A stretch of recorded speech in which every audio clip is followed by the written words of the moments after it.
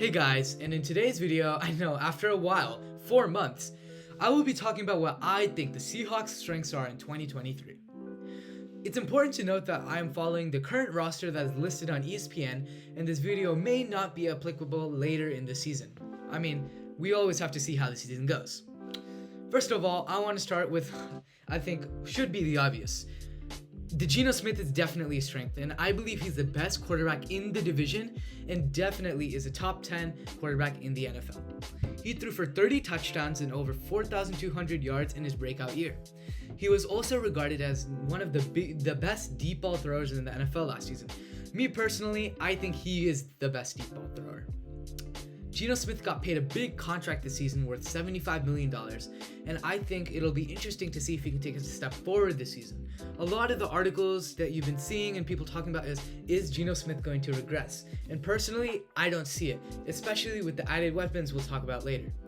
But what will be interesting is if he takes a step forward and solidifies himself as an elite quarterback and the franchise quarterback.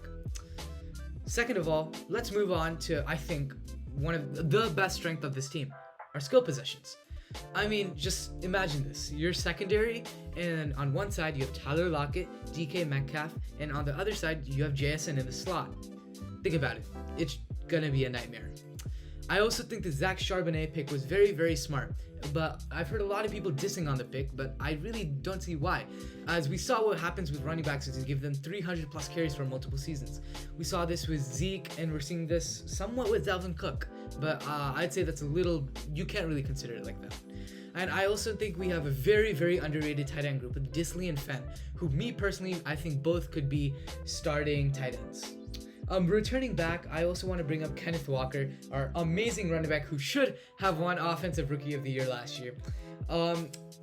I really want to see what the carry split is going to be between him and Charbonnet. I've been seeing stuff that's saying that Kenneth Walker is going to get 60% and Zach Charbonnet is going to get 40%, but I think that's really going to suck for fantasy football players this year because I don't know if Kenneth Walker is going to be a great pick for that. But moving on, I want to talk about another big strength that I think people are also talking about is our secondary.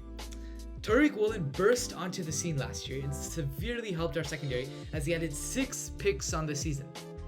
And I don't think y'all remember Jamal Adams, if he can return somewhat to his all-pro status he did in New York, and even with his 9.5 picks in 9.5 sacks in 2021 or 2020. If he can return to that level, it'll be amazing. And Quandre Diggs performed pretty well at the end of last season, and this secondary will be crazy. And the crazy thing as well is that I have not even brought up Devin Witherspoon yet, our top 5 or number 5 overall pick. A lot of people were questioning, think we should take Jalen Carter, and maybe we should have. But I really do think Devin Witherspoon and Tariq Woolen will be a great cornerback duo for years to come. And I truly believe the secondary can be top 5 in the NFL this year. I know people are saying that our run defense is going to be absolutely trash, but I really can't see it. We brought back Bobby Wagner, and if you look at the PFF grades, Bobby Wagner finished one of the top, if not the top graded linebacker in the NFL.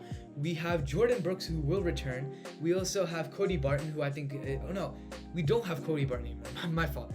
But we also, on the defensive line, we drafted Derek Hall, who I graded as a first round talent. We have Puna Ford, we have Jaron Reed back, my fault. And then we also have Uchenna Nwosu, who's of course named after the channel.